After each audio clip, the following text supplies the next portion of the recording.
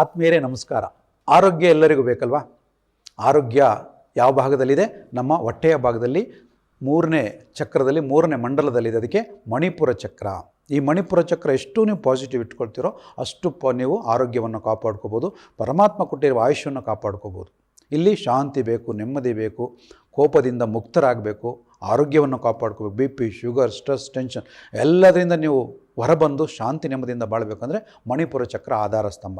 ಅದು ಹೇಗಿದೆ? ಪಾಸಿಟಿವ್ ಆಗಿದೆಯಾ? ಡೈಲಿ ಚಕ್ರ ಧ್ಯಾನವನ್ನು ಮಾಡ್ತಾ ಇದ್ದೀರಾ? ಬೀಜಾಕ್ಷರ ಹೇಳ್ತಾ ಇದ್ದೀರಾ? ಇದೆಲ್ಲದಕ್ಕೂ ಆಧಾರ. ಅದನ್ನು ನೀವು ಅಭ್ಯಾಸ ಮಾಡಿಕೊಂಡ್ರೆ ನಿಮಗೆ ಆರೋಗ್ಯದ ಸಮಸ್ಯೆಗಳು ಕ್ರಮೇಣ ತೊಂದರೆ ಕೊಡಲಿಕ್ಕೆ ಸ್ಟಾಪ್ ಆಗುತ್ತೆ, ಬರೋದೇ ಇಲ್ಲ.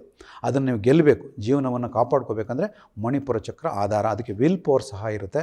ಆ ವಿಲ್ ಪವರ್ನ ಹೇಗೆ ಕಾಪಾಡ್ಕೋಬೇಕು, ನೀವು ಜೀವನದ ಗುರಿಯನ್ನು ಹೇಗೆ ಮುಟ್ಟಬೇಕು ಅನ್ನೋದು ಆಧಾರ, ನಿಮ್ಮ ಮೂಲ ಆಧಾರ ಇದು ಮಣಿಪುರ ಚಕ್ರ. ಆ ಮಣಿಪುರ ಚಕ್ರವನ್ನು ಟೆಸ್ಟ್ ಮಾಡ್ಕೊಳ್ಳಿ, ಹೇಗೆ ರಿಸಲ್ಟ್ ಕೊಡುತ್ತೆ ಅಂತ ನಿಮಗೆ ತಿಳಿಸ್ಕೊಡ್ತೀನಿ ನಾನು. ಆನಂತರ ಚಕ್ರಗಳನ್ನು ಬ್ಯಾಲೆನ್ಸ್ ಮಾಡ್ಕೋಬೋದು. ಹಾಗಾಗಿ ಬನ್ನಿ, ನಿಮಗೆ ಹೆಚ್ಚಿನ ಮಾಹಿತಿ ಬೇಕಂದರೆ ಕೆಳಗೆ ಬರುತ್ತಿರೋ ನಂಬರ್ಗೆ ಕಾಲ್ ಮಾಡಿ ಅಪಾಯಿಂಟ್ಮೆಂಟ್ ತೊಗೋಬೋದು. ಮಣಿಪುರ ಚಕ್ರ ನಿಮಗೆ ವಿಲ್ ಪವರ್ ಕೊಡೋ ಚಕ್ರ. ಧನ್ಯವಾದಗಳು ವೀಕ್ಷಿಸಿದ್ದಕ್ಕೆ. ನಮಸ್ಕಾರ.